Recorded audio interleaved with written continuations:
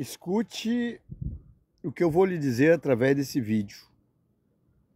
Deus perdoa, o mundo não perdoa. A Bíblia diz que Paulo, podemos dizer que ele era um homem matador de aluguel. Em Atos capítulo de número 9, versículo de número 1 ao 2, diz que ele pegava cartas das autoridades para matar os cristãos. E a Bíblia diz no livro de Atos capítulo 7, versículo 58, que quando as pessoas matavam Estevão, apedrejavam, maltratavam, as roupas de Estevão foram colocadas aos pés de Saulo, que é o mesmo apóstolo Paulo. Em Atos 7, 60, a parte B do versículo, diz que Saulo, o Paulo, autorizou, permitiu a morte de Estevão.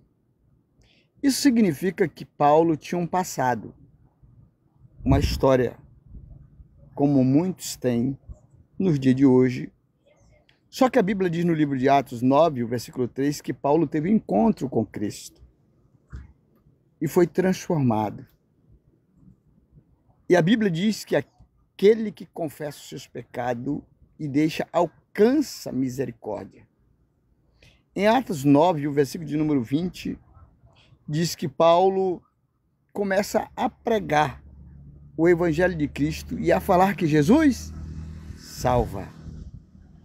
Em Romanos, capítulo de número 8, versículo 1, ele próprio diz que nenhuma condenação há para aqueles que estão em Cristo Jesus, que não andam segundo a carne, mas que vivem segundo o Espírito. A convicção que ele tem é que Deus perdoou os seus pecados, como eu também tenho essa mesma convicção.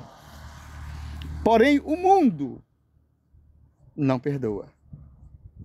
A Bíblia diz, no livro de Atos 16, versículo 16 ao 31, que Paulo um dia expulsou um demônio de uma falsa profeta, de um espírito de mentira, de engano, de um falso bruxo, de um falso feiticeiro. E por causa disso, Paulo e Silas foram parar na prisão. O que eles tinham feito de mal ou de pecado? Nada. Porém, a sociedade fazia por onde mostrar que Paulo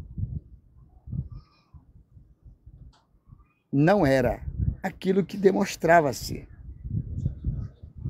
E a Bíblia diz, no livro de Gálatas, capítulo de número 2, versículo de número 4, que os falsos crentes, os falsos irmãos, os intrusos, aqueles que estão dentro das congregações, se fingindo de crente, só para bibliotar a intimidade de Paulo, para expor Paulo. Entende bem? É a Bíblia. Estou mostrando os textos, os versículos. Hoje não é diferente.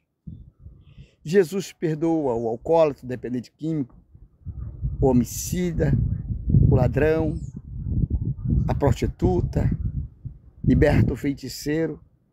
Mas vivemos numa sociedade que ela fica bibliotando o passado, a fraqueza, a fragilidade do irmão, para mostrar que essa pessoa não é o que ela diz ou o que ela demonstra.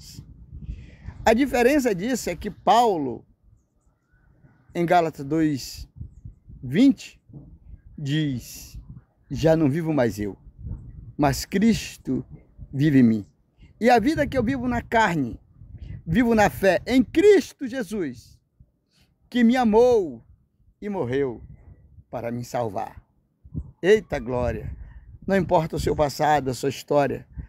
Não adianta tentar caluniar, perseguir, difamar, achando que eu ou que outras pessoas vão parar, se nós temos a convicção que Deus nos amou e nos perdoou e somos uma nova criatura. Deus te abençoe.